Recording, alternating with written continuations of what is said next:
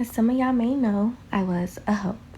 And being in that type of field of work came with a lot of weird, dangerous stuff. So I figured that I would share some of my stories since I'm out the game, like I'm retired. So why not share certain things that I've been through? Story time on how this big, sloppy, stinking, dirty, wobbly, bubble bass, extra huge, fucking fat Albert built bitch. A fake page of me, y'all, pretended it was me and got pictures off the internet to send my news. Okay, y'all, story time about how the neighbor who tortured us our whole time of living in our apartments, we just found out he was on the run for 12 years and wanted for 12 years. So, y'all, it's... Okay, story time on how I got pregnant at 12 and had my baby at 13. A lot of y'all have been saying everything doesn't need a story time, this, that, and the third. But at this point, it's been almost 5 years. So I feel like I'm at a point where I can talk about it and it's not, it's not. What's up, everyone? Welcome back. We've got another absolutely wild story for you today. Trust me, you don't want to miss this one. If you enjoy it, smash that like button and subscribe so you never miss a story to show your support. All right, let's get into it.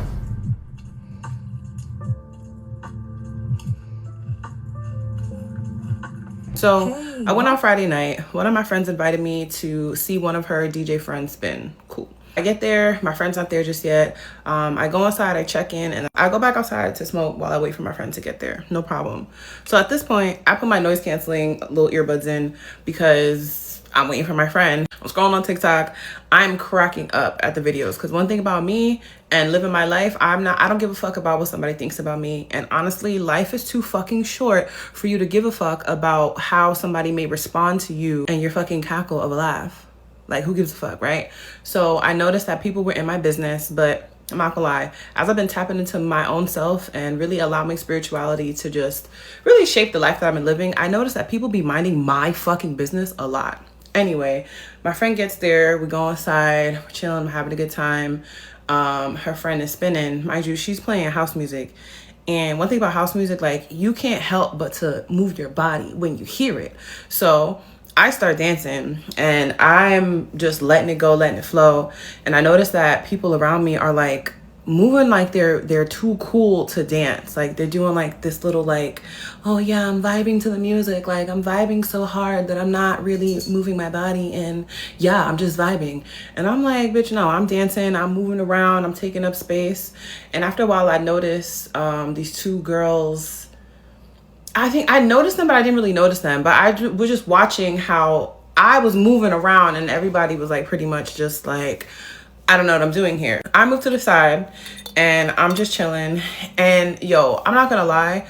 Ever since I was younger, I've always heard people talking about me, but they never talk to me. And I always was so confused. I'm like, well, what is that? And as I've gotten older, one of my mentors, she recently mentioned that there's going to be many invitations, but you don't always have to accept. So I don't interact with them because I just don't see the point. But either way, I heard the tail end of a conversation and the girls were saying, yeah, everything was cool, but like, I don't know, I kind of, I don't know, the vibe kind of got ruined like after she started doing what she was doing. And then I realized that I was tuning into a conversation that was negative and honestly that had nothing to fucking do with me. So I had to tune out of it and I had to like do some like, I had to like cancel, clear some shit out, renew my energy. And then shortly after that, I started dancing again. But as I'm dancing, I see the girls staring at me like they're looking at me up and down. And I'm like, bitches, what's wrong with y'all? Like, why are you being like that? It doesn't make any sense. So after that happened, I'm just peeping the scenes. I think I go back to the bar to get another drink, come back inside. So the spot that I was dancing in was right in front of the DJ booth. And then I ended up moving to the side of the DJ booth because I noticed that it was more of a corner. And I felt like, okay, I can protect myself a little bit better instead of being on full display because motherfuckers is watching me so hard right now. So I go in the corner, I'm chilling, I'm still vibing, dancing. This fucking couple comes from across the room. They step into the space that I was literally dancing in. They start dancing and then they just abruptly stop and walk back to the corner that they was in and then they continue dancing. And I was like, people are weirdos. People are fucking weirdos, and they be trying to siphon your energy by any means fucking necessary. So I peeped that, and I'm like, all right, whatever. So now time is still going on, and it's about to be time for my friend's DJ friend to stop playing. And she's like, hey, you know, like, I still want to hang out. I'm having a good time. You know, like, let's go to the after hour spot. And I'm like, okay, cool, no problem. We could definitely do that. But before we left to go to the after hour spot, she was like, oh no, you know, maybe I shouldn't go. And I was like, well, girl, if you don't want to go, then like, don't go, like, just go home. So she's like, no, but like, I just want to have a good time. So I'm like, okay, so if you want to continue to have a good time, then just do that. But like, it's up to you whether you want to go home or go to the after hour spot. It really doesn't fucking matter. Just make a decision. So then she started saying how, you know, her fiance doesn't like when she stays out late. Now, mind you, he was out with us. Well, I'm not gonna say with us. He was out with her, because I was not with that nigga. He came out with her, and apparently there was some conversation between my friend, the DJ, and her fiance, where my friend and the DJ promised the fiance that they would get her, that she would be headed home at a decent hour. Like, I guess she was supposed to be headed home at like 4 or something. So I wasn't part of that conversation, but that's what I was told happened. So now me and the DJ, we're talking, and she's just mentioning all these different things about how her fiance doesn't like, you know, when she stays out late.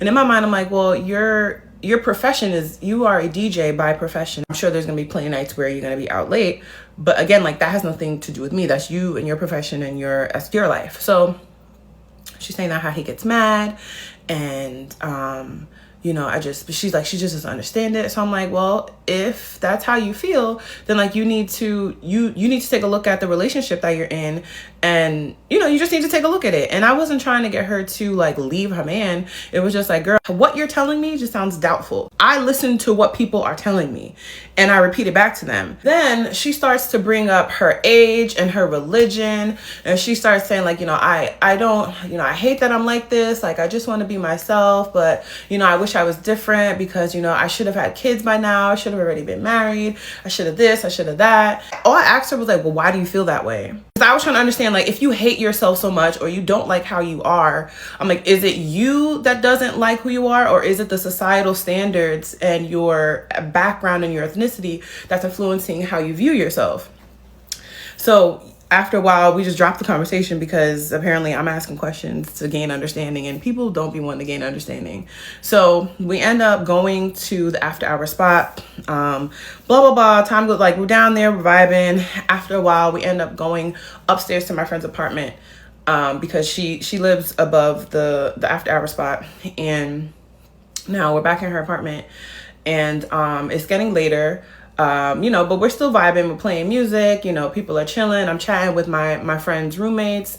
And after a while, the DJ, the entire time that she was there, she kept complaining about the fact that she was still outside, and that she needed to go home to her fiance, because he's going to be so mad, and he's going to be so upset that she didn't go home at the time that she said she was going to go home.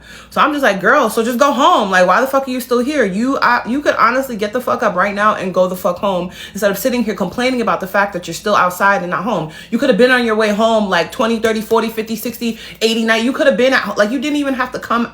You didn't have to be outside this late. You could go home. And then after a while, I'm just like, you know what? I'm just going to disengage, because it went from me just like, yo, just go home then. Like, and everyone's like, yeah, just go home. Even her friend was like, yo, I'm about to order an Uber. We can leave right now.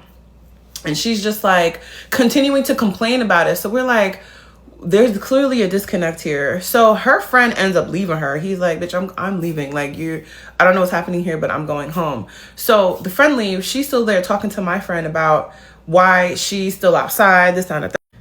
Damn, I'm running out of time here. Let me make another one. Part 2 coming up, because this shit is stupid. So I nannied for a family, and the mom was cheating on the husband. And I've been wanting to tell this story, but I was scared, because you know how stuff get around TikTok, like it get around the block, okay? But let's just pray she don't see it. But anyway, I found this family on Sitter City. It was just a regular family. They was paying me like $25 an hour, like a very normal family. But the dad was like super sweet, right? He would like get her roses all the time. But one thing I thought was so special, that he traveled a lot for work. I don't remember what he did for work, but he traveled like every week for work. And every time he came back, she liked toads, like the frog toads. He would get her a toad souvenir from everywhere he go. He was like, I don't care if I have to be up like super late after work, or if after a conference or a training, I'm going to go get her that, because she loves it. And I love that she loved that. What? But she was sweet to him. He loved coffee. And so she would be like on the hunt all the time to like find him the best coffee like in the world, like all over the world. So to me, going in, I'm like, wow, this is a beautiful couple. And they had a little daughter. And I love that even more, because for the dad to be treating the mom so good, it's like, wow, you're going to see a man treat your mom good. So you're going to know how a man should be treating you, right? Right. So, like I said, the dad traveled a lot. And so anytime the dad would travel, he would travel 3 to 7 days every week. And so his longer trips, like 5 to 7 days, the mom will also leave and I would spend the night with the baby for like a night or two. And I'm thinking that she's going to meet the husband to have like a rendezvous or something. Like, I'm like, that's even sweeter, right? I'm not thinking anything of it. I'm just doing my job, going there, watching the baby overnight. And then she come home and I'm like, and then nothing, like no talk of it. He didn't come home and say nothing about the trip. She didn't come home and say nothing about the trip. Nothing.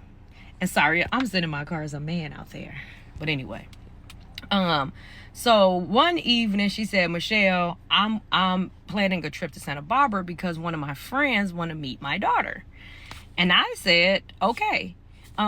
She was like, and you're coming. Like, I need you to come with me. Because this was the time her husband was traveling for 7 days. So we was going to go to Santa Barbara for 3 days. 4 days, 3 nights. That was the time.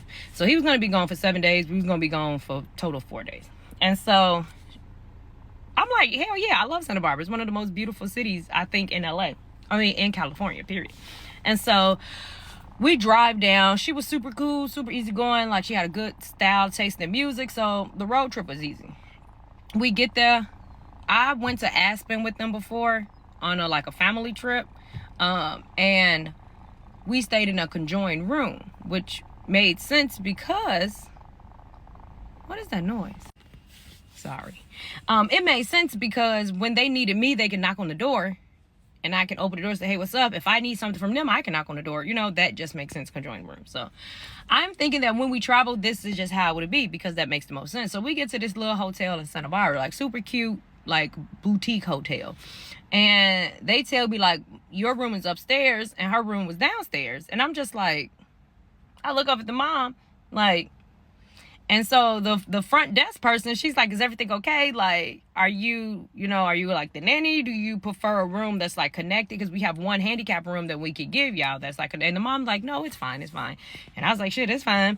So as she said, she needed me for the evening. So all day she had the little girl and I was just free to roam. And then during the evening, I'll get the little girl. And at some point throughout the night, she will come and get the little girl and take her back to her room. Well, her daughter, and take her back to her room. And so the last night, though, we were there, she was just kind of rushing me. Like, I'm getting her stuff and I'm like, she's like, she's probably going to stay the night with you tonight. So like, I'll just see you guys in the morning. And I was like, okay, so what if what if I forget something, or like, what if I need something? Like, should I text you, or like, could I get a key to like, if I need something? And she was like, oh no, like, just text me, but try your best not to forget nothing. Like, try to get everything you need, because I'm gonna be out, is what she kept saying. I'm gonna be out. That's why I asked for a key. And I was like, okay. So as I'm getting the stuff together, right, to take the little girl up to my room, she get a phone call on the hotel phone, and it's the damn people downstairs. Like, it's a visitor here requesting to come up. Is it okay if we let them up? She look at me. I'm acting like, I'm getting baby stuff. I'm just, and she's like, yes, they could come up. And so I'm not thinking it's gonna be a man. I'm thinking it's gonna be a girl, because I'm not thinking you will introduce a man, whatever. So I don't know if this man teleported from the front desk to her room. But when I say, I feel like the moment they hung that phone up, he was knocking on the door. he was really wanted to see her, okay? So he knocking on the door, and she just keeps looking at me, and I'm just got the baby, doing my thing. He walks in, and she's like, oh, hey, just trying to play casual. You can tell she's playing casual. He grabs her by the waist and pull her in. And I'm just like, again, let me mind my business, because I learned that in Nanny. And you go in that house and you mind your business. So grab her, pull her in, and I'm just like, steady, messing with the baby, not even trying to look. And she's like, this is my friend. This is my friend. That's what she kept saying. This is my friend. This is my friend. And I'm just like, hello, nice to meet you. And I'm like, okay, we're going to go now. And she's like, yeah, so just text me or, if you need anything, whatever. And I'm just like, oh, okay, I won't need nothing. So the night go past, the little girl, everything went good. We driving home, right? That guilt is eating her alive, okay? Eating her to pieces. I'm in the passenger seat, right? And I'm just enjoying the ride like this. She's steady looking over. It's me. What? Why you keep looking at me? Did you enjoy Santa Barbara? I'm like, yeah, it was a lot of fun. He was really just my friend. That's me. Okay. I mean, he seems like a nice guy. No, seriously. Okay. Okay. And she's like, we don't have to talk about this, when we get home.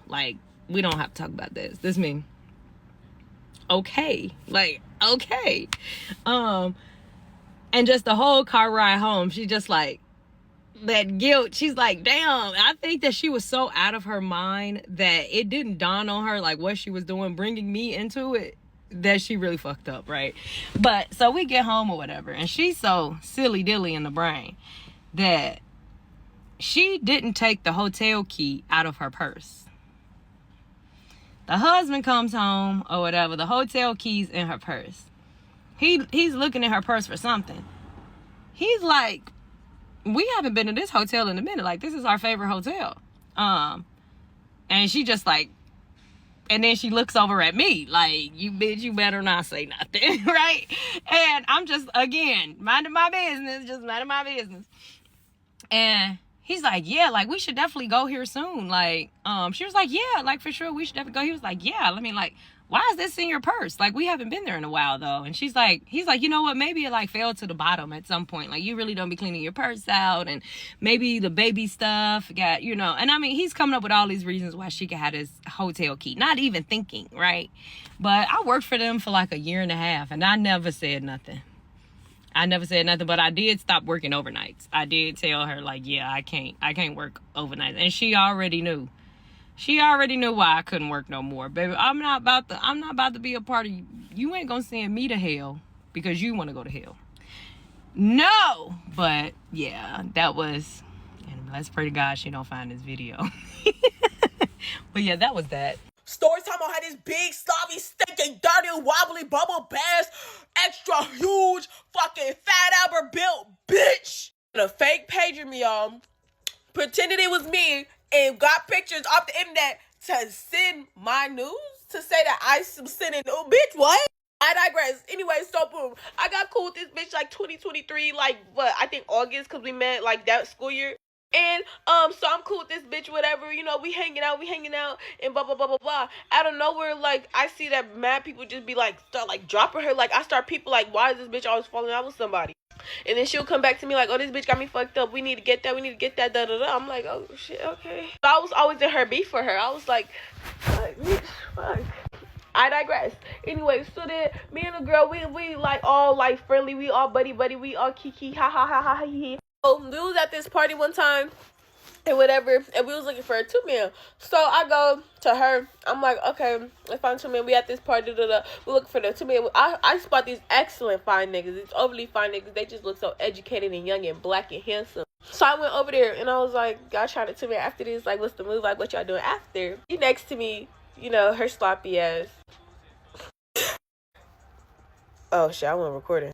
Anyway, so the nigga that's talking to her talking about some, oh, you can't speak, and I'm over here just all in that nigga face. And then this nigga oh, you can't speak. She talking about some, I don't got nothing to say to you, boy, fuck, you ugly fuck. Anyway, mind y'all, this man was handsome. Both of their ass was handsome as fuck. And it's the same bitch who don't get niggas. So I'm like, how you gonna say this nigga ugly, but he fine shit? Are you scared he finna reject you first? Or I digress. So I'm like, she off that liquor. Don't mind her. We still gonna do this to me. That's what I told him. And she was like, I mean, she would have rid of the just talking. So then we ended up going on the 2-man cool, whatever. Nigga not even talking to her no more because he already thrown all the way off. So he really talking to his homeboy while his homeboy talking to me. So we having a conversation and she just standing there looking stupid. So I don't know if this really why the bitch did this shit because she was mad about this. I don't know. So she like, I want to go home. I'm ready to go home. Like, Grace, take me home. Like, I don't want to be here no more. I'm like, okay, we can leave in a little bit. She like, no, bitch, I want to go home now. I was like, you're not driving, so we're going to leave in a little bit. What the fuck? And then, because I was like, you're not finna ruin my night. Like, when she get drunk, she get weird. Like, I don't know. I digress. So, after that, I ended up just taking her home because I was tired of hearing her mouth. So after she got home, she went and just like she stopped talking to me. Like she wasn't responding to my text no more. She ignored me in school. Like all this other shit. I'm like, oh, okay. Come back for part 2. I never want my kids to ever in their mind thinks that they come before my husband. Absolutely not. It was us first, and you came from the creator. When I was 15 going on 16, my parents decided to throw me this big party. So my mom picked me up early from school one day because we had some appointments to go see some venues for my party. And if I can remember, it was like 3 venues that we were going to go see. We seen the first 2. We were on our way towards the beach to go see the third one, which was the one that I was most excited for. So when we were on our way there, we got a phone call from the director of the place saying that we needed to reschedule because they had a double booking. My mom tried to see what was the closest time. The lady was like, it was going to be 2 or 3 hours. My mom said, can we reschedule it for Saturday? Now, when she said, can we reschedule it for Saturday, I was a little bummed because I was like, I want to see it. But at the same time, I wasn't really making it a big deal, again, because I was going to see it Saturday. We turned around, we was heading back towards the house, and I asked her, why couldn't we reschedule it for today? And she said, well, your dad's lunch break is at 2, and he left his lunch at home. At the time, we were living in Jacksonville, Florida. We were out by the beach. We went from the beach to our house, which was on Kernan, and then from Kernan to the north side, which is where my dad worked. With traffic, I'd say this is about a 45-minute drive, maybe even an hour, depending on how bad traffic is. And to add context, around my dad's job, there's a lot of different places where he could have drove right there and grabbed him something to eat. So, of course, I bring it up. I'm like, well, why don't dad go and grab him something to eat? And all she said was, because I told him I would bring him his lunch, son. We pull up, he comes out all happy and proud that his wife just brought him something to eat. She gets out the car. He gives her a big kiss. He asks her what we've been up to. She says he wants to see this expensive venue out at the beach and he wants to go take a tour of it, and we rescheduled it so we can come down here to bring you your food. And he's like, well, whatever it costs us, we're going to go with the beach one. If that's the one he wants to go with, we're going to go with the beach one. My mom was like, all right, honey, got back in the car. Never in my life have I ever heard my mom say, my husband comes before my kids. Never has she said that to me. Never have I ever heard her say it out loud. But something that my mom did teach me, specifically in this moment, is it's very valuable and important to show up for your partner. Show up for your husband. Show up for your wife. Why? Because it's the thing to do. Could my dad have went and got him something to eat himself? Of course. Could he have drove and got his own lunch that he left at home? Of course. But his wife said, honey, I'll bring you your lunch. I'll do that for you. You don't have to worry about that. Something happened in her schedule at a certain point in the day that was going to impact that. She rearranged that thing in her schedule so she can show up for her husband. She never displayed those type of energies or those type of vibes. It was always, I have more than enough love to spread to my husband and my boy. Like it was more than enough. Okay, y'all, story time about how the neighbor who tortured us our whole time of living in our apartments, we just found out he was on the run for 12 years and wanted for 12 years. So, y'all, it's 5 people in this story. The upstairs neighbor, the side neighbor, me, my girlfriend, and her sister. So, we moved to these apartments. I can say the name now because we don't live there anymore, so it's not a risk. We moved to these apartments in St. Pete called The Meadows. So, when we moved there, we moved in May. So, the first time we ever had company was really like the 4th of July. The 4th of July came, y'all, we wasn't alone. They specifically said no fireworks, but it's the 4th of July. Who cares? Who's listening to that? So, keep in mind, we did do fireworks, but it was 2 of us because my girlfriend, cousin, also lived in the apartment. So it was like, we all just came together, had like a big, well, we didn't come together to have a big party. We threw the party. But they came because they live in apartments too, and they family. So it's like, why not? So, as we're out there doing fireworks, me and my girlfriend, we're in the house, cleaning up the house because it's getting towards the end of the party. The upstairs neighbor comes down and basically approaches like the party and like say something. My job, the upstairs neighbor is a Karen, y'all. She's literally a Karen. So she came down there and said something. But y'all, yes, so she's a Karen and she takes it upon herself to come down and say something to the party to where our guest basically argues with her. She brings up the fact that she's more of like a minority than us, y'all. Mind y'all, this lady is pure breed white, like. So we already like shaky with her because of that situation. So we just decided like to keep our distance from that neighbor. We didn't meet the side neighbor until later on in the apartments. My girlfriend's car ended up getting broken into. So when her car get broken into, we out there and he basically approaches us. He comes over and he's like, yeah, I seen 2, he said 2 little boys, right? And he said he seen one. Oh, he said he seen one little boy walking around like basically pulling on car doors. So he shows us a picture. We call the police and we sort that out. Y'all, while we're, keep in mind, we talking to the police, he's right there talking to the police with us. The police asking us like questions and stuff, and he's right there answering the questions, which I don't know why they didn't like then notice this, because y'all, anybody who question like with cases like that, they should automatically take your name down and like put you as like witness, right? Like, I don't think they do nothing with it though. Well, maybe they don't, but like that just, now that I'm thinking about it, they should already like kind of notice that. So he, like, time just keeps going on. Basically, y'all, the whole time we there, the upstairs neighbor and him, they was making reports on us. Like, the police officers was telling us like they've been reporting us for noise, and it's just been like a whole bunch of little stuff.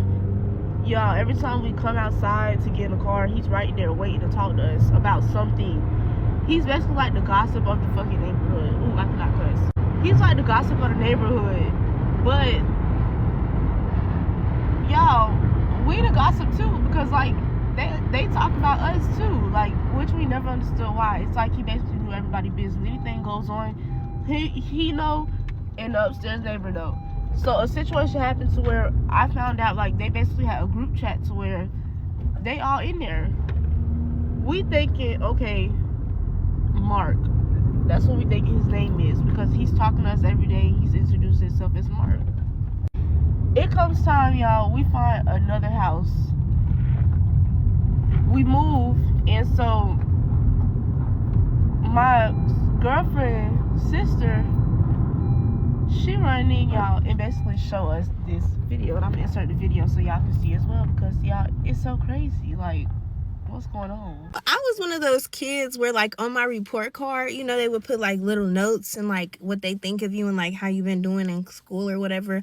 I was always the kid that got excessive talking but a pleasure to have in class. Like, that's me. I guess one day I was kicking it a little too hard and hoes was hating. So my teacher told me multiple times, like, chill out. But, you know, I had some shit to say. So if I got some shit to say, I'm going to say it. Like, at the end of the day got to end.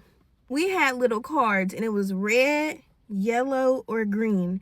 Green, it means you had a good day, you were being good. Yellow means that, like, you got a couple warnings or so. Red means your ass in trouble. I was already on yellow for talking, and for some reason, I didn't give a fuck that day. So she called home to my mama. And my mama was like, let me talk to her. So you already know how black moms be, bro. So I get on the phone and my mom like, yep, your teacher told me what you was doing. I'm going to tear your ass up when you get home. I already told you don't go to school to play. You go to school to learn. I instantly get the crying.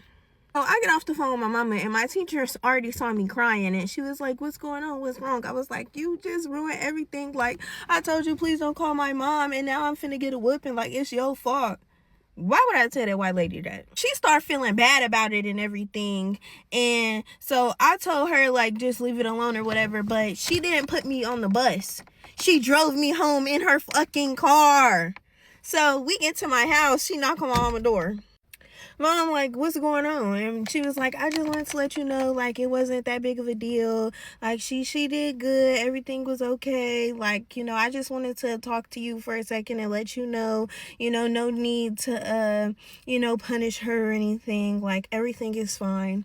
Woo, woo. Bitch, I don't know why you just did that. You done made it even worse. My mama like Precious mama.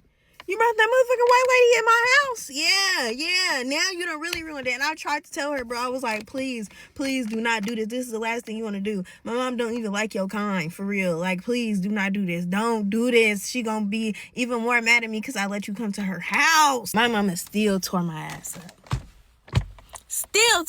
And she was like, I don't even know why she trying to protect you. You must have told her what's going on. You told her that you get whoopings. Is you trying to get took? Is you trying to get me to go to jail? Woo. Now I'm really finna tear your ass up.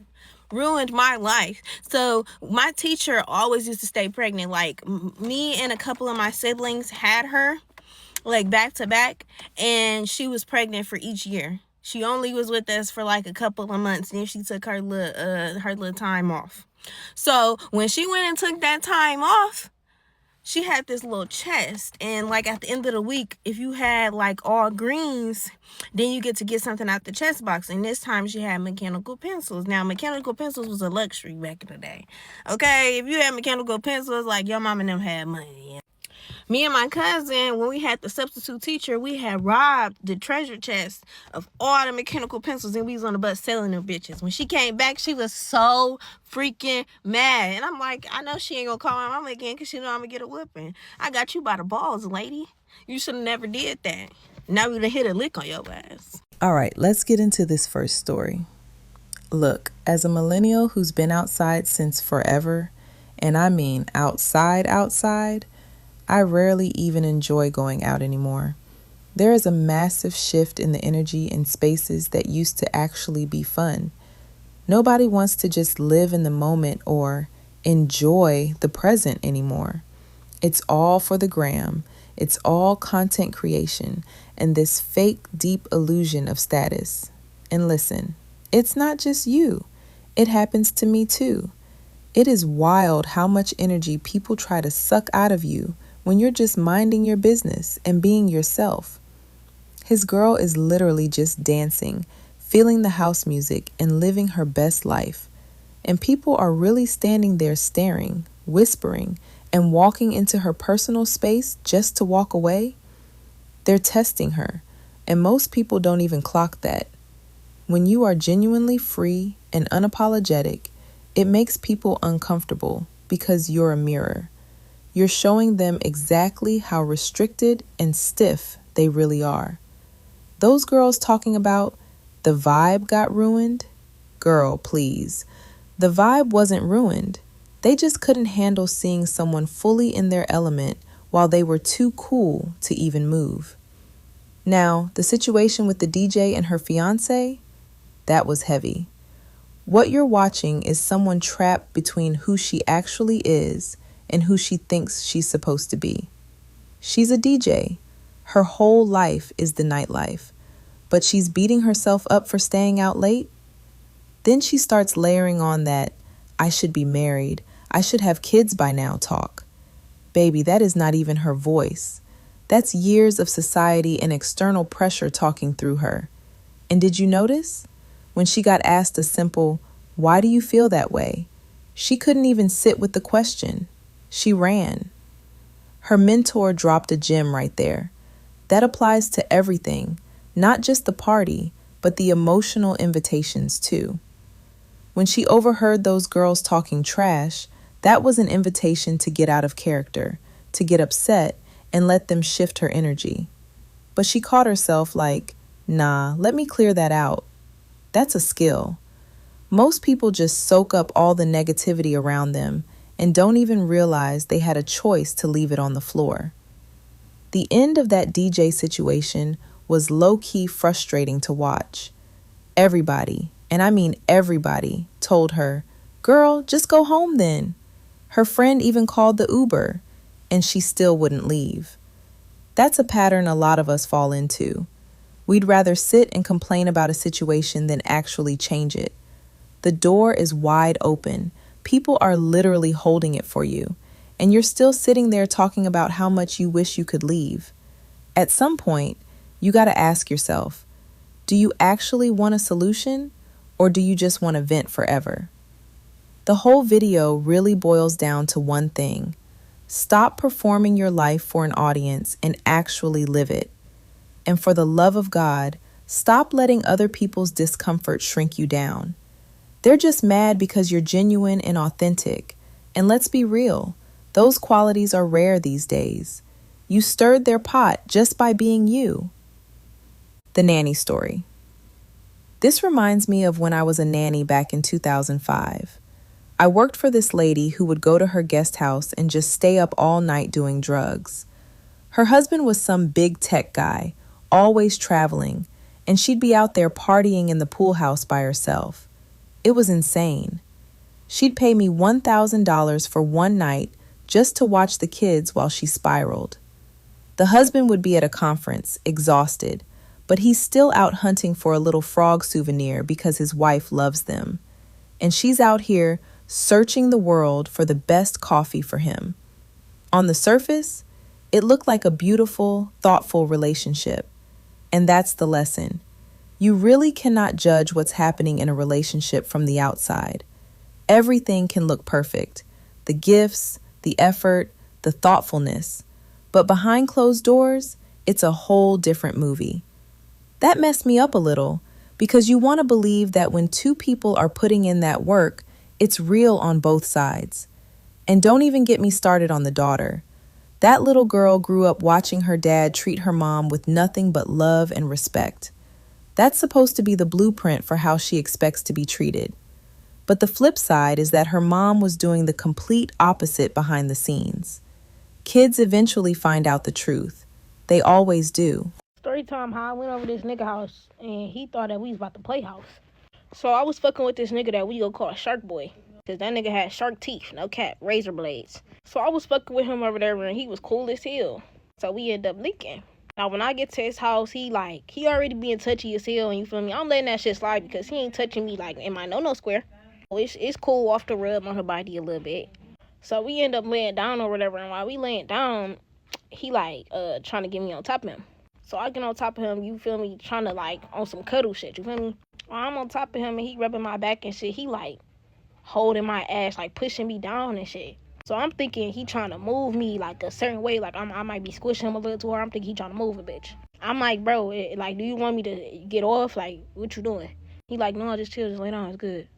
So I lay back down, bitch. He steady moving my ass, bitch, we just fucking. So I realized, I know this nigga not trying to dry hump it though, bitch, through the jeans.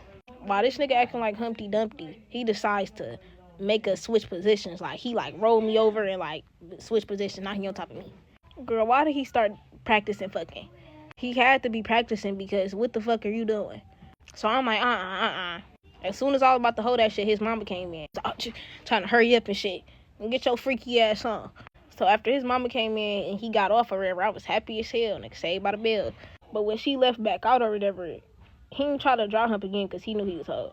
But then he got to trying to kiss. He give me a kiss and shit. I'm like, nah, I don't need too much kiss niggas off the first link. He bro, give me a kiss. No. I'm really, for 10 minutes, this nigga tried to get a kiss. It was to the point where I just had to kiss this nigga. I kissed him. This nigga decides to put his whole fucking mouth on my lips and shit. Scraping me, though. So we kissing and he keeps scraping my lips. It's bitch, I'm feeling like I'm about to bleed. I'd stop kissing that nigga. Bye, Shark Boy.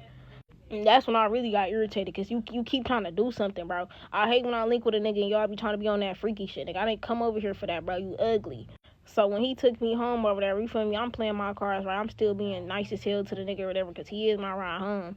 As soon as I got home, nigga, he ain't got no text since, nigga. 2 days later, this nigga go text me talking about it's always after the link. So I'm like, nigga, if it's always after the link, then nigga, you need to stop doing that to bitches then. Cause you letting me know that you clearly do that to hella bitches for after the link them to stop fucking with you. So fast forward, he had posted something on Instagram like FaceTime or something, who wanna come over. So I'm trolling his ass. I'm like, nobody, you go dry hump them. He got to trying to hold me and shit. He was like, nobody was dry humping you. Nigga, it's called role playing. Nigga, role playing. What was my role? Because I don't remember participating in that shit. So we got to going back and forth or whatever. This nigga go say, he sent me a screenshot. Hella bitches, I guess, that he dry humped. Talking about you was one out of plenty that ain't like it. And I was like, and you also was scratching me up with them teeth. And he was like, you trying to hold, bitch. He start calling me all type of bitches, so he trying to hold me. I'm like, bro, I'm just keeping it a buck. Like, you got some razor blade teeth and you trying to kiss. So he was mad as fuck, but he was hold as fuck. Nigga, the fuck is you dry humping for? Nigga, ain't hump day. Okay, story time on how I got pregnant at 12 and had my baby at 13. A lot of y'all have been saying everything doesn't need a story time, this, that, and the third. But at this point, it's been almost 5 years. So I feel like I'm at a point where I can talk about it and it's not, it's not no harm because, like, you know what I mean? It's been some time. Okay, so, boom. I think around, like, 11, 12-ish, that's when I first was, like, allowed to go places, but it was, like, the mall and stuff like that. Like, nothing too crazy. So, I had this one friend, I'm gonna just call her KK. So, boom, KK and me was cool, and that was, like, my first, like, friend for real. So, my grandma, like, started letting me go to her house, or, like, that's really the only person's house I would go to. Like, before that, I would only go to my cousin's house. Like, I wasn't allowed to go nowhere, really. But, yeah, start being friends with her, start going to her house. It was just one day, she was telling me she was gonna have this boy come over or whatever. I didn't know him because at the time I didn't talk to no boys. Like, I really didn't. So she had told me the boy had came over or whatever, and I really don't know too much about that, but I guess he had brought his friend with him, and I think her cousin was at her house or some shit. I'm not sure, but basically he didn't want the cousin, and like he was just started willing at this point because they wasn't even talking to each other. She had texted me and she was like, I got somebody for you or whatever. He about to follow you. So I remember I had posted some quote or something on my story and he had replied to it. And like from that point, like it was a wrap. We started talking, like FaceTiming and stuff. And like shit, he was real sweet, whatever. But while we texting or whatever, I guess her and the other boy, like they planning their next link up or whatever. So boom, fast forward like a few weeks, me and him still talking, still FaceTime or whatever, but now it's like I want to see him, but I know I'm not going to be able to see him. So my friend had suggested, like, I sound like a follower ass bitch, but I don't know, like I was just innocent. I low-key stayed innocent after that too, but anyways, so it was literally so hot outside. But anyways, me and him had ended up talking, and me and her talked, and we ended up planning a day we was gonna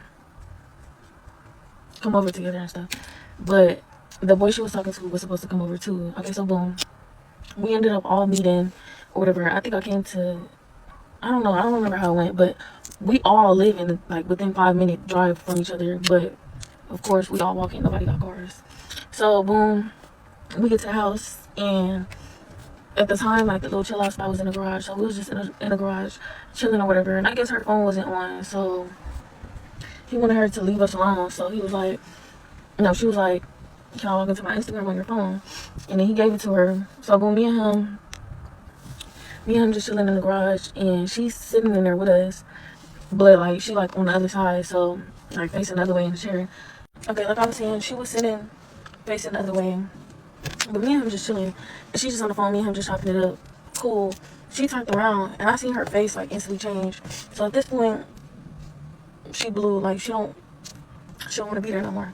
Cool. We ended up leaving, and then the next day I'm like, dang, like I want to go see him again because we were still talking when I left and stuff.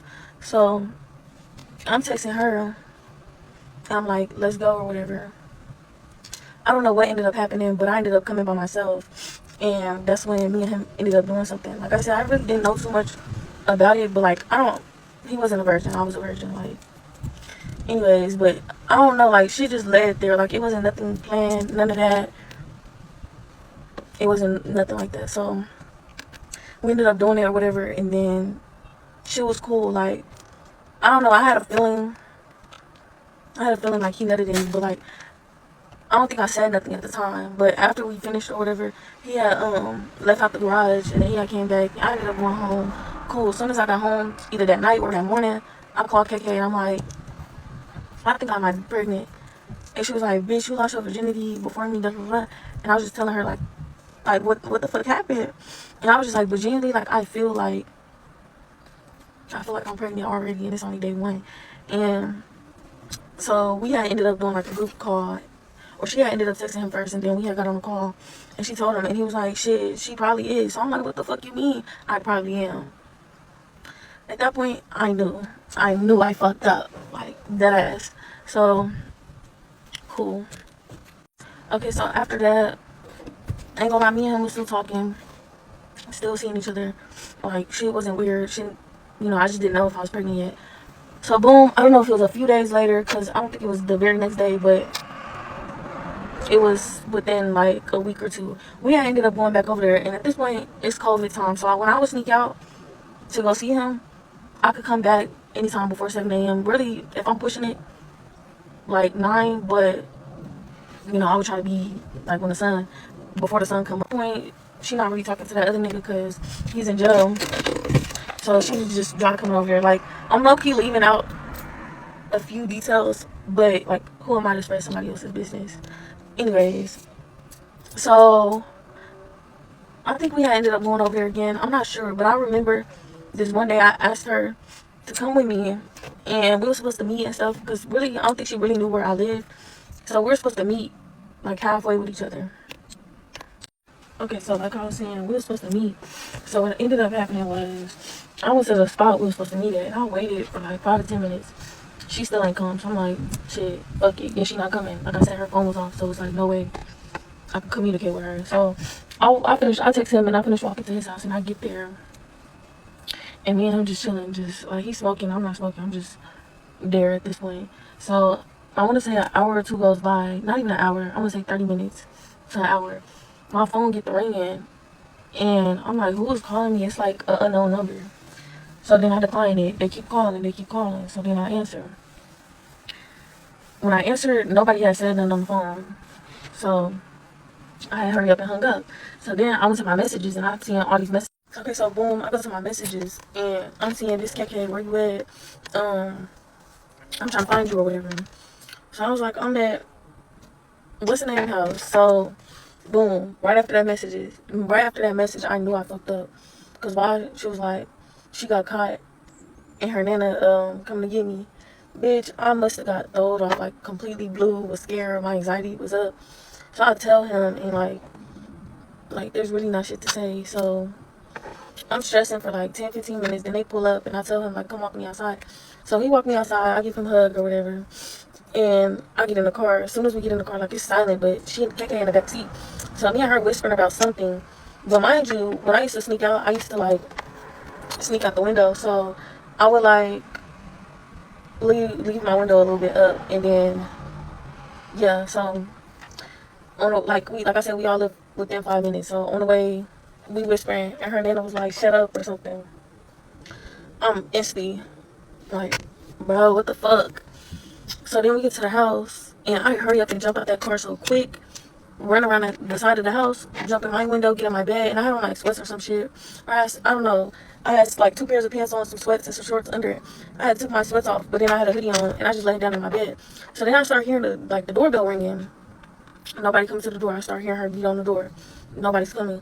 Then after like I want to say like 5 minutes, my grandma had woke up, and she went to the door.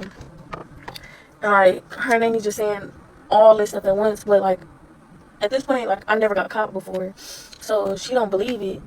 So after they talked for a little bit, she come to the to my room, and she looked in there, and she was like all confused, like, oh, okay. So then she go back, and then she come back again, and she turned on the light, and I'm like trying to pretend like I'm waking up or some shit. At that point, I don't know how she knew, but she knew. I fucked up. I ended up getting in trouble. I ended up getting my phone taken, all that shit, like. But at this time, shout out to my cousin, she was still coming over. My cousin had like hella phones. She'll get a new phone every year. So I ended up getting like this iPhone 7 from her or some shit. And I had all my stuff on there. So I was still texting my man, and I was still texting her, letting her know what's going on. whatever. So a few days passed, and I guess her TT or her, like somebody else on her family was like pregnancy test. So I guess she ended up taking hers. And at this point, I don't think she had no other phone or nothing like that. So I still had my phone. So they ended up pregnancy testing her. Her shit came back negative, and then next thing you know, they was at my house with the shit. They gave it to my granny. My granny made me take it. Of course, it's negative because like this from all within the same week. So I'm cleared on that. Like I think she asked me if I did something. I don't know. I'm really like she really ain't asked too much, but she might have asked me, and I was like, no. So I was still in trouble for a while, but I still had my fake, not my fake phone, my burner phone, and I was still doing my classes and shit. And I chilled out for a little bit.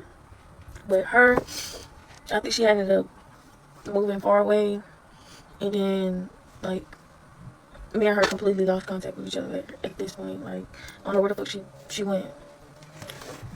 Okay, so at this point, I'm kind of in my feelings because it's like I don't know where the fuck she went, and now it's just me.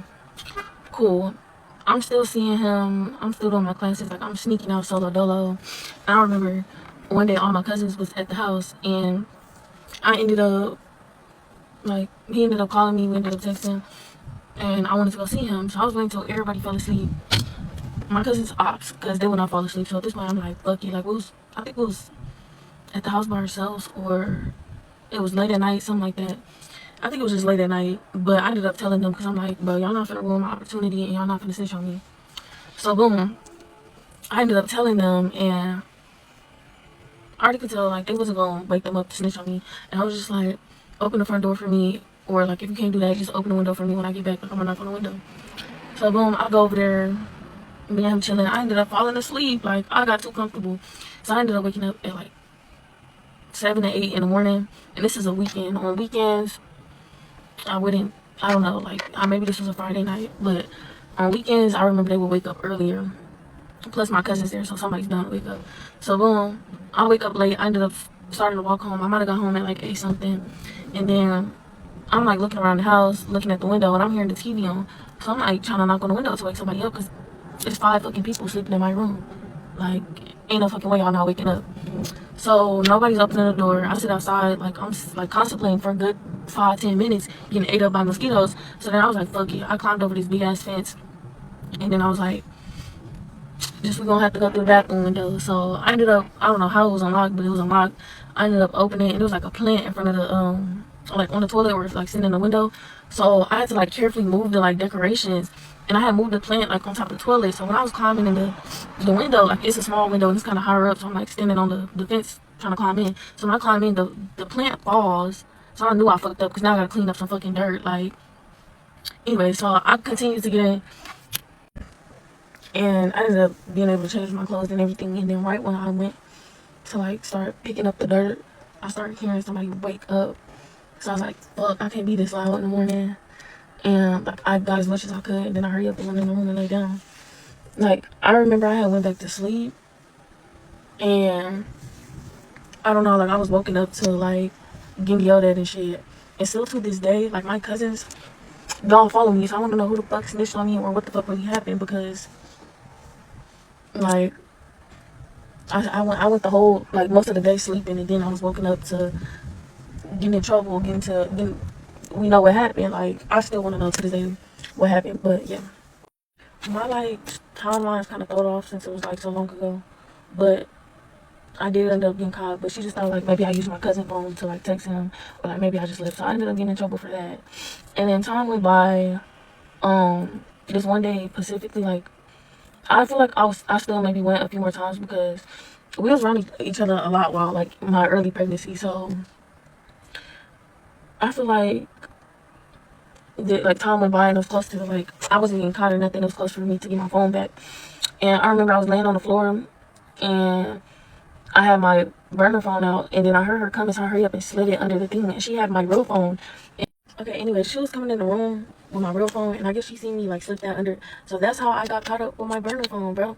So that delayed me getting my real phone back, but they still don't know. Nobody knows I'm pregnant. Cool. Time goes by, my birthday passes, and then I remember my grandma's daughter had ended up taking me and my sister swimming. So I had on a two-piece and everything. I was not showing in the apartment and started watching movies and shit. And my grandma's daughter ended up taking a bath, and she had told me to come here. And when I came, I seen a pregnancy test on the counter. At this point, she already announced that she was pregnant, so who's that? So I'm like, I know that's not for her. But I ended up leaving, going back to watch the movie. And then that's when she ended up calling me back in the bath. Okay, I need you to tell me if I'm underreacting or overreacting so that I can get a grip. Surely this is nothing. Let's try this again. I was leaving the pool with my kids, and we were in a parking lot. There were not a lot of cars left. The parking lot we were in was like across the street from the pool, and it was like a municipal parking lot. And so there were a lot of cars that had like city stickers. And as we were walking, I suddenly heard like a thud, like a distinct thud, as if there was like something or someone that would like pushed against the back of a vehicle, is exactly what it sounded like. And so I stopped and I looked, and the vehicle that the sound came from was one of the only vehicles in the lot that did not have the city sticker. It was a white van, again, without the city sticker, in between two like trucks and vans that did have the city sticker. And as I looked closer, all of the windows were blacked out, like cheaply blacked out with some type of black film. And I like looked closer and I waited for a minute to see if I would hear the sound again, and I didn't. And I kind of like went like hello, and looked around to see if someone was in the car, like in the front, and there's no one in the front. And I thought about like moving closer, and then decided not to because I had my kids with me. They were like right there. And I started running through all the things in my head that it could have been. And I was like, I'm sure something fell. Something fell, right? So I got in the car with my kids, but just in case, I'm never going to be that person that didn't call when they had a feeling, ever. We're on our way to, we're here now. We were on our way to soccer. I called the police. I told them where it was, what I'd heard. I had memorized the first three of the license plate. It was super close to the police station, so I assumed they could get there quick. They took my information. I just heard from the police like 2 minutes ago. They got there, they found it, they were looking for more information so they could find it. But I don't know what happened. I don't know anything yet. I'm overreacting, right? Like, I don't know why I'm so emotional about this. I'm overreacting, right? Like, should I have done more? Anyway, police are there now. And I'm sure it's nothing. I asked them to call me back. They're gonna call me back. I'm sure it's not the worst case scenario, so. As some of y'all may know, I was a hoe. And being in that type of field of work came with a lot of weird, dangerous stuff. So I figured that I would share some of my stories since I'm out the game, you know, like I'm retired. So why not share certain things that I've been through? But a little disclaimer before y'all get in my comments, I am not upset about the consequences that happened to me. I'm just sharing my story, so don't get in the comments talking about, oh, well, that's what you get. Like, I don't care. So let me tell you how I met this client. So I was actually on my way to an alcohol, and my client was like driving down the street that I was going to, and you know, he saw a bad bitch and was like, what's up? And we got to talking. In the midst of me talking to him, my client hits me up like, oh, we gotta reschedule another time. And I just simply was like, nah, you played, like, I'm good. Like, blocked him, didn't talk to him no more. So when the person in the car asked me did I have anything to do, I was like, no. And I'm like, shit, so since I just canceled on this client, why won't I just get another one? So since I didn't have nothing to do, he did invite me into his vehicle and we got in the car. That's when, you know, we started talking, and I basically just put on the table what I wanted and how this gonna go, and he was with it. Like, he was with it. Obviously, this is not something new to him, and come to find out, he actually been stalking me. So as I got to know this client, you know, I thought he was pretty cool. He ended up becoming a regular. This was no GFE, no none of that. He was just like a cool dude. But in the midst of him picking me up one day, he basically asks me a few questions. Now I know y'all probably gonna be like, oh, why are you having questions with a trick? Da, da, da. Bitch, this is y'all problem. Y'all are mean to niggas and y'all rob niggas, and then y'all is back on the blade looking for a new nigga because y'all was rude to the last one, finesse the last one. Now you don't have a regular. Bitch, all my clients was regulars after the first time. So back to the stalking. He pretty much told me about different occurrences on when he spoke to me and saw me some places. And I'm like, this does seem too familiar. So you're telling me you ran into me all these many times, but I don't know you, but you know me. Are you stalking me? So anyway, this has been my client for about a month or two now. And I guess I would say I got comfortable when I shouldn't have. You know, we were smoking together or whatever, and he actually laced me with PCP. Me personally, I didn't have a bad reaction to it.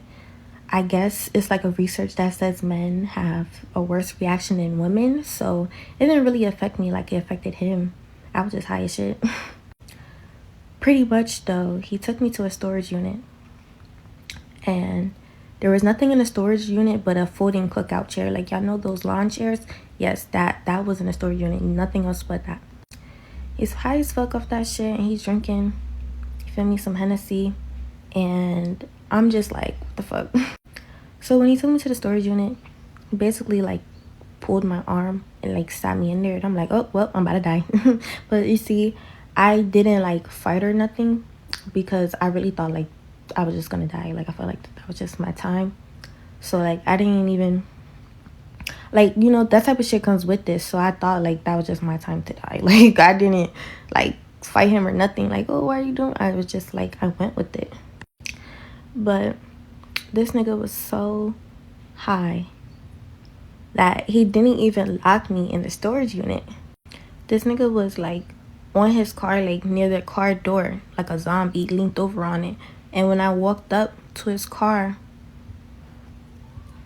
there was literally rope in his car and a book bag.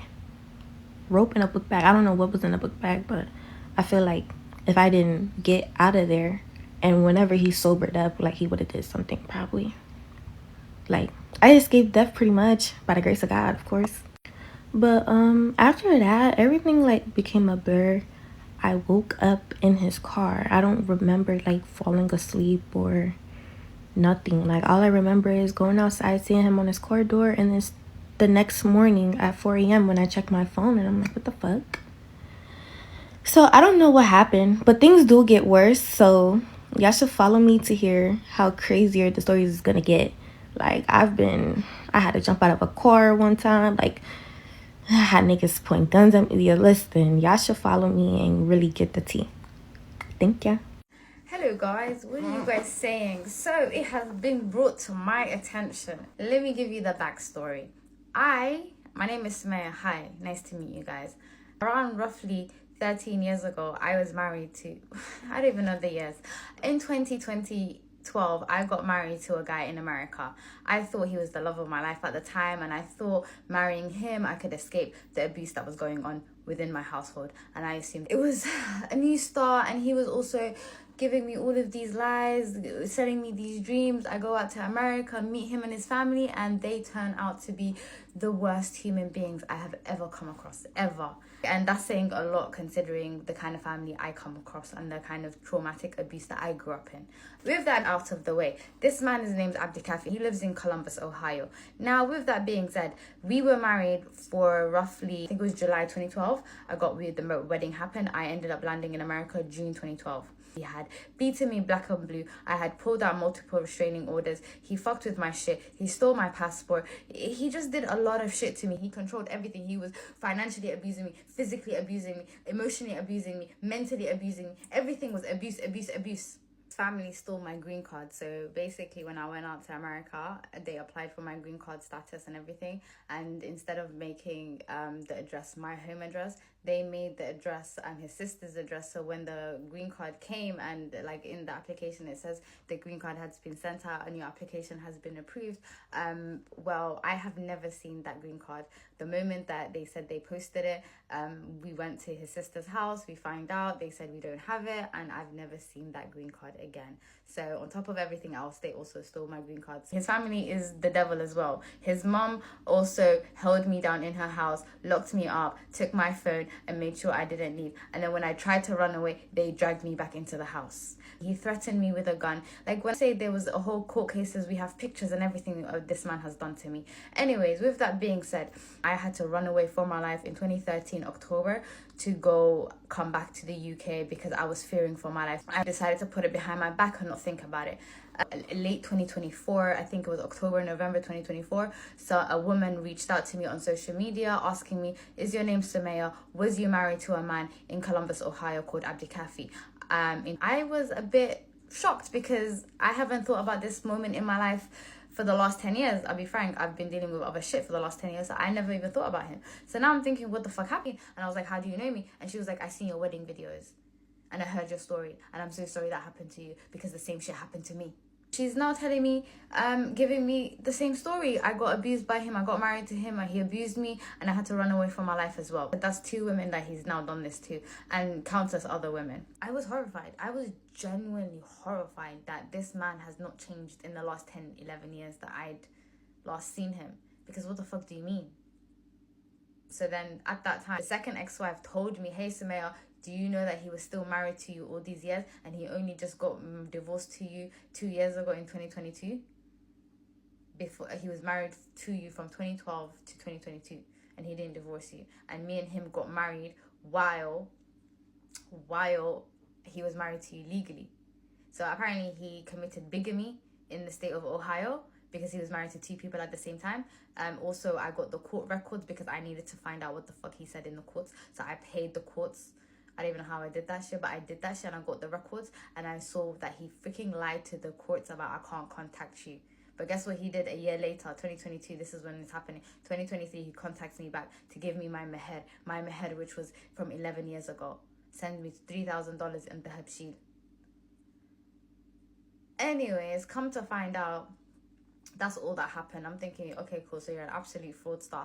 I did a bit more deep dive and I find out that him and his ex-wife opened up a few different companies over the COVID period and ended up applying for the PPP loan, took those out, rinsed the money out, whatnot. Come to find out, this man has bought a whole house that cost $350,000 in cash.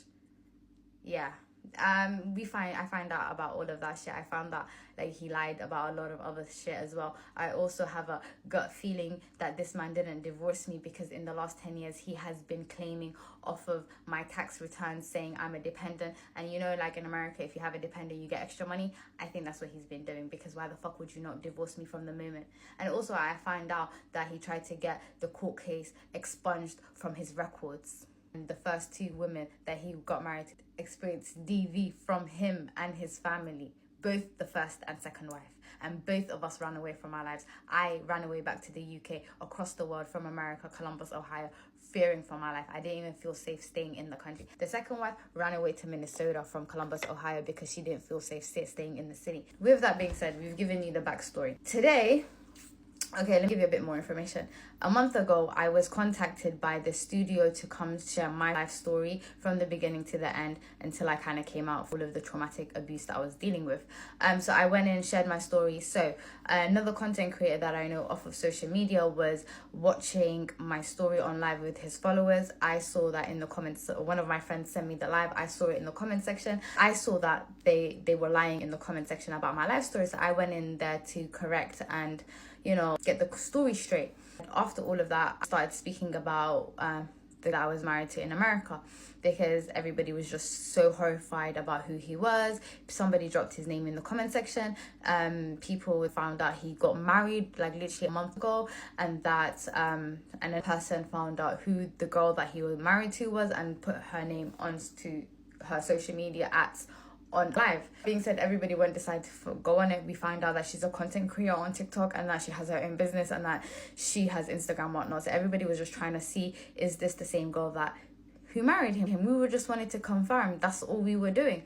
Anyways, somebody sent it to her family members, the live, and then one of her family members came onto the live trying to say, stop cussing the girl out, whatnot. As soon as we found out that her family member was in the chat, we said, hey, we just feel sorry for your sister, and we just wanted to know that she married an abuser. Anyways, while this is happening, basically in the comment section, DM'd the owner at the time him and be like, hey, this person is now saying this. I grew up with the girl that he married, and she's an evil person. She's bullied a lot of girls. So yeah, wouldn't be worried about her too tough. As soon as we heard that as well, we just was like, oh, and oh, type shit. Anyway, so we just kept it quiet. Next thing we know, somebody up on the live comes up, jumps on the panel and starts speaking and starts saying, why are you cussing the girl out? Why are you doing that? Just trying to flip the whole script on us.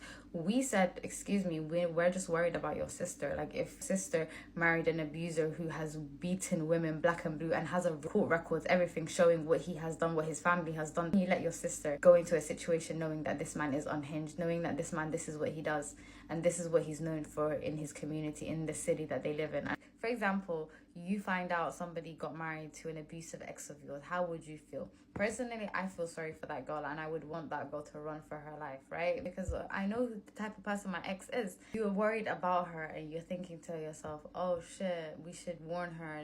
This is the type of shit that I'm thinking. After I jump off the live, whatnot, then find out that the woman that he married knew about the domestic violence and then still married him. Knew about all of the illegal shit that he does and still married him.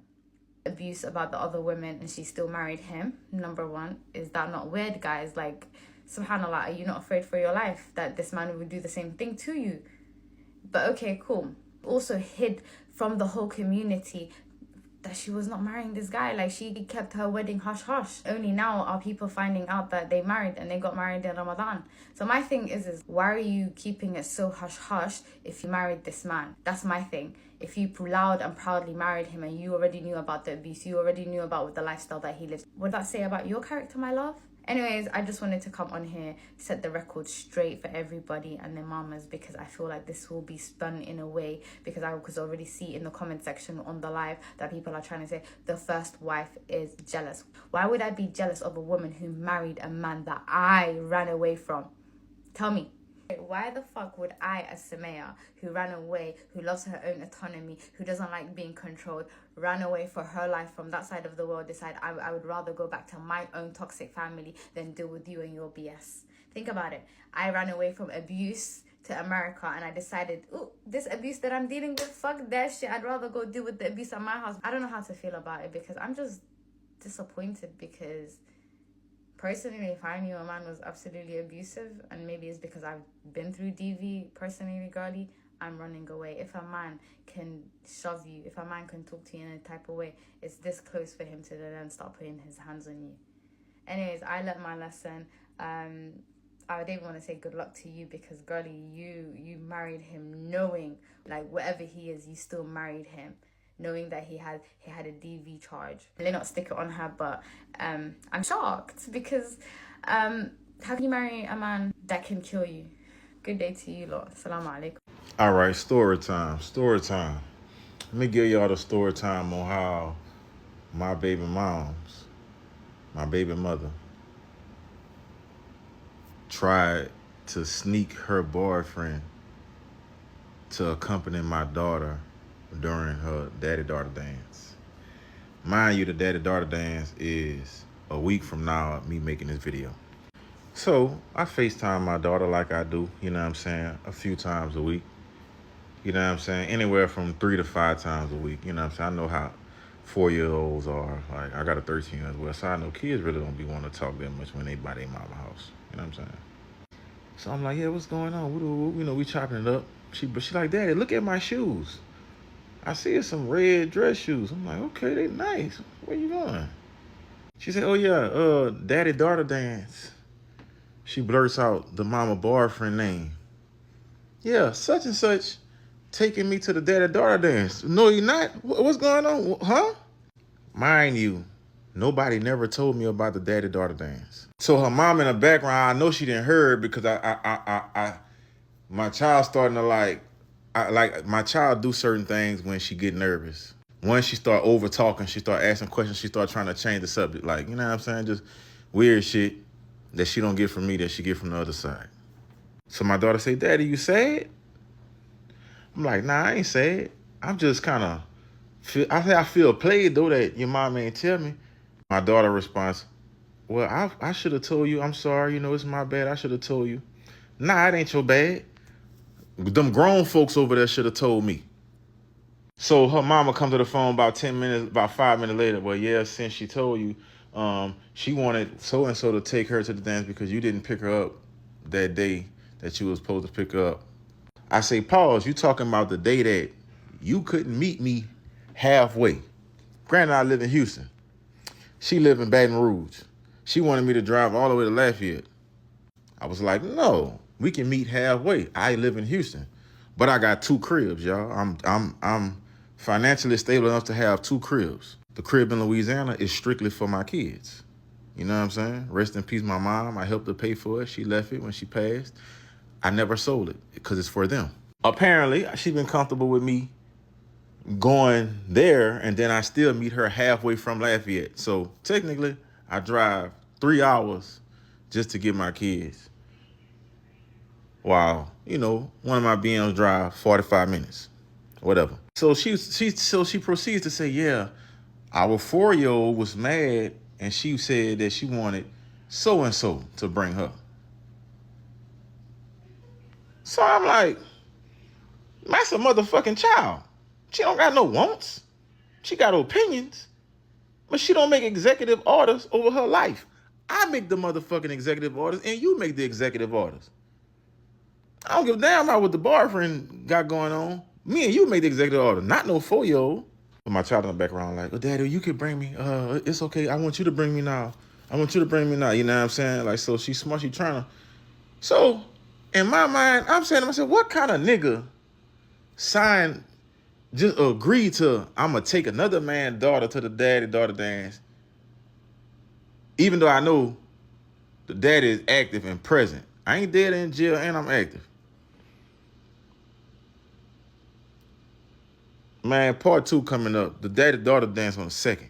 And her birthday that same day. Part 2 coming up. You dig what I'm saying? But, man, I'm looking like, man, what the fuck? Like, I be wondering what the fuck. I be trying to figure out. I just be trying to figure out who raised niggas these days. And I be trying to figure out what you females be thinking when y'all be blindly throwing niggas in crosses. Because it make me feel like, oh, he don't really know the ins and outs of how our relationship was. He only know what you told him. Oh, all right.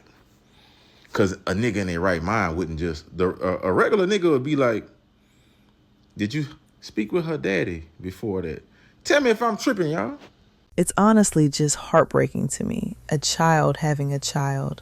Lord. And the crazy part is, this is happening every single day in our community. Every day. It makes you think back to when Tupac was rapping about Brenda's got a baby. It's just so heavy. It's scary how fast things can shift when you're young.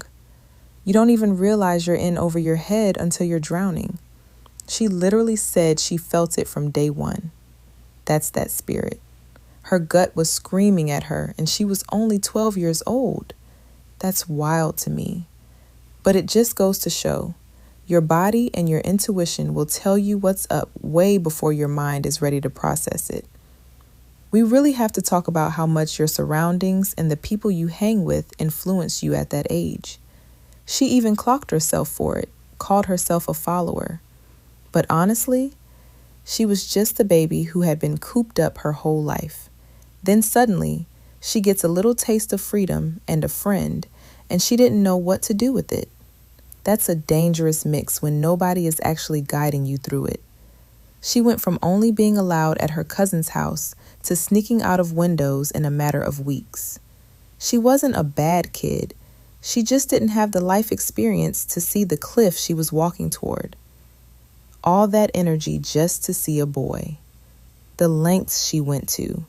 Climbing fences, hiding burners, timing when folks were asleep, jumping through windows at 7 a.m. while the mosquitoes are tearing her up? Look, when you're that young and you fall in love, it consumes your whole soul. You'll risk it all. And she did. She kept getting caught and kept going right back. That shows you how powerful those emotions are when you don't have the tools to handle them yet. And can we talk about how alone she was? When her friend KK moved away, she said on the word book she went. It's like her one lifeline just vanished. She couldn't tell grandma. She couldn't tell her family. So here she is, carrying this massive, life-altering secret, still going to class, still trying to act normal, and she's literally pregnant and nobody knows. We don't talk enough about that kind of isolation. Kids will carry the weight of the world because they are terrified of the consequences of the truth. And the boy? Don't even get me started. When she told him she might be pregnant, and he just casually said, "She probably is," like it was nothing, that just shows you our boys aren't equipped for this either. Nobody was ready. I get why the grandma was strict. She was trying to protect her. But look, strictness without conversation does not work. The second that girl got a little bit of freedom, she crashed because she didn't know how to navigate the world. We have to find a balance between protecting our kids and actually talking to them about the real world. The fact that she can sit here 5 years later and own her story without making excuses, that's strength. I respect that. And to the lady who saved that person without even knowing it, that was God, pure and simple. Listen, sis, you were not overreacting. You could have saved a life that day. You did everything you could. If you had tried to do more on your own, you would have put yourself and your babies in danger. You did the right thing. Your first priority was keeping your children safe, and you did that while still making the call. We always do that, standing in the parking lot trying to make sense of it, saying, "Oh, maybe something just fell," or "I'm just being dramatic." We talk ourselves out of our own instincts because we don't want to be that person. But you made the call anyway. That's the lesson. You can feel silly and still do the right thing. Those two things can live in the same house. Your fear of being wrong or extra should never be louder than that voice telling you something is wrong. Even when she was shaking and second-guessing herself, her body knew. Her brain tried to rationalize it, but her spirit wasn't having it. Wow. Child, let me tell you about this 304 story time because what? Girl, you really got saved. She said it out her own mouth. She got comfortable with this man after a couple months of him being a regular. And that's really how it goes, right? When a man shows up consistent and acts like he got some sense, your guard just drops. That's just human nature. But let's be clear. Consistency does not equal safety. This man was literally stalking her before they even met. She pieced that together during a casual conversation and still kept seeing him? That's how subtle the devil is. He don't always look like a monster. Sometimes he just looks like a chill dude who keeps coming back. And then that PCP situation? She didn't even know what she was smoking. That part really sat heavy with me because it's a whole reminder. Do not consume nothing you didn't see prepared, rolled, or poured yourself. I don't care how cool they seem. He laced her and then took her to a storage unit with a lawn chair and rope in the car? That's premeditated, honey. That wasn't no spur of the moment mistake. When she said she didn't fight back because she just accepted it was her time, girl, that broke my heart. Because that tells you exactly what that lifestyle does to your spirit over time. When you've been in the trenches so long, you just start expecting the worst and surrendering to it. Nobody should ever feel like they don't deserve to fight for their own life. The fact that she only survived because he was too high to lock the unit, that is nothing but the grace of God. Pure luck. but you cannot build a survival plan around somebody else being incompetent. That ain't a strategy, that's a coin flip. And look at how it started. Her original client canceled, and instead of just taking her behind home, she hopped in a stranger's car because she didn't want to waste the trip. That might as well energy led to months of dealing with a demon. Sometimes, sis, the best move is to just take the L and go home. Now, that ex-husband story from Homegirl in the UK, unfortunately, a lot of folks in our community got those narcissistic traits, so I ain't even surprised how they trying to spin the story. I just hope they don't harass you. Stay safe, sis. Some people are just pure evil, and the apple didn't fall far from the tree. He just doing what he was taught. But what I'm trying to figure out is why she didn't call the authorities or the passport department to get her green card sorted. People leave one mess thinking they're escaping into a blessing, and it turns out to be a whole nother nightmare. Sumaya left an abusive house, thinking marriage was her way out, and walked straight into a trap. It's a painful lesson. When you desperate to escape, you become vulnerable to anybody looking like a lifeline. You gotta heal while you escape. Otherwise, a man selling you a dream looks a lot like a savior when you're really just drowning. And that 10-year gap? She put this man out of her mind for a whole decade. Then a stranger hits her up on socials, and the past just comes crashing back. That's terrifying. The idea that someone is still out here filing taxes in your name and staying married to you legally while you've closed the chapter. It makes you realize you gotta tie up those loose ends, even when it hurts, because silence doesn't mean it's over. The pattern is what's chilling, though. 2 women, same story, same abuse, both running for their lives. Abusers don't just stop. They just find new targets. The fact that he treated both wives exactly the same proves it was never about the women. It was always him. Now, about this new wife knowing everything and still signing up for it, I got complicated feelings. On one hand, you think maybe she thought the stories were extra, or she'd be the exception. We all want to believe we're special. But on the other hand, when there's court records, DV charges, and multiple women saying the same thing, at some point, ignoring that is a choice. And keeping the wedding a secret? Yeah, that tells you everything you need to know. If you made it this far, I thank you, and please don't forget to show your support by liking the video and subscribing. Thank you. Until next time.